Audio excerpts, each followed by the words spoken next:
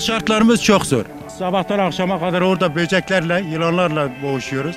Çocuklar bir lavaboya bile gitmekten korkuyorlar.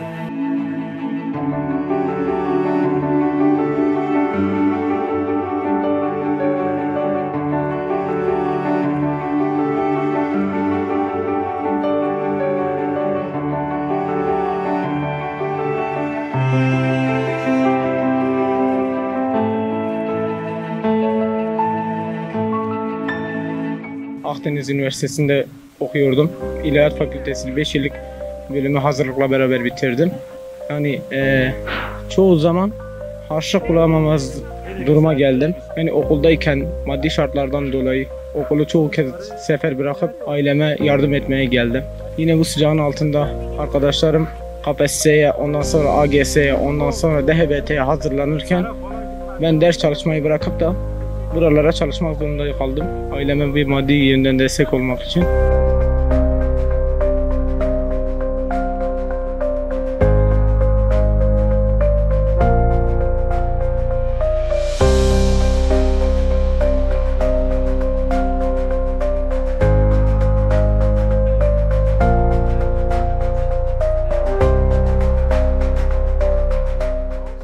Hava sıcak. Arada bir rüzgar geliyor da bazı günler yok.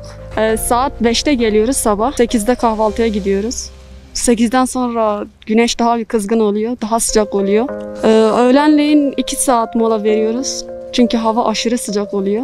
Sonra geliyoruz akşam 7'ye 7.30'a kadar devam ediyoruz yine kesime. Öyle yani.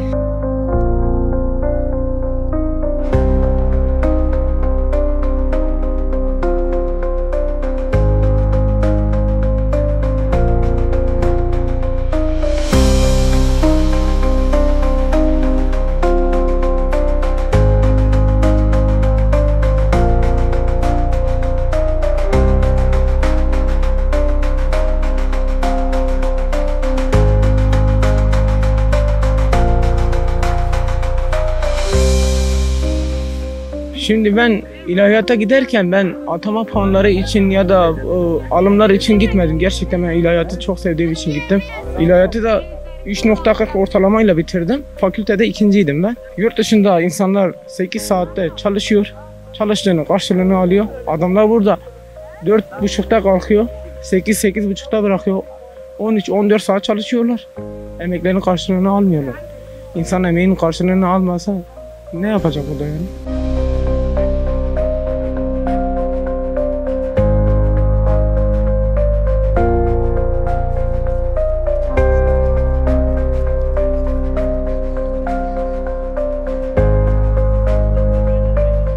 Ailemle geldim.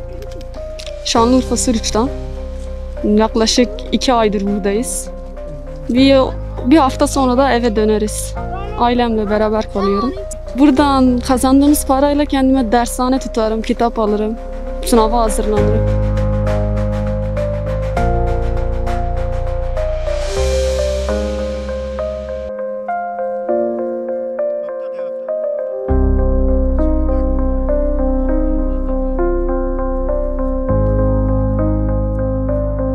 Ne içme suyumuz düzgün, uy suyu içiyoruz. Çoluk çocuğun hepsi mideleri ağrıyor, kusuyorlar falan. Akşam çavuş onları hastaneye falan götürüyor.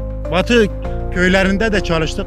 Herkesin konteyner ve sağlık durumları her zaman bir tane de ambulans bekliyor. Burada öyle bir sistem yok. Sabahtan akşama kadar orada böceklerle, yılanlarla boğuşuyoruz.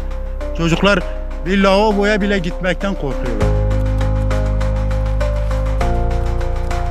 Okula gitmesi, kurslara gitmesi lazımken burada domates kesip ailelerine katkıda bulunmaları lazım. Şimdi bu 10 yaşında, 7 yaşındaki çocukların bu tarlada ne işi var bu sıcağın altında? Hani anlatmaya çalışıyoruz da ama bizi dinleyen yok.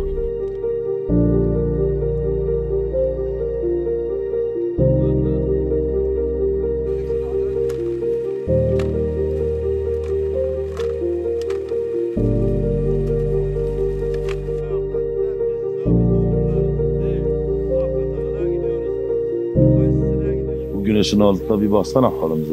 Çoluk çocuğun haline baksana. Çalıştığımız para da bir şey değil. Para bir şey gelmiyor.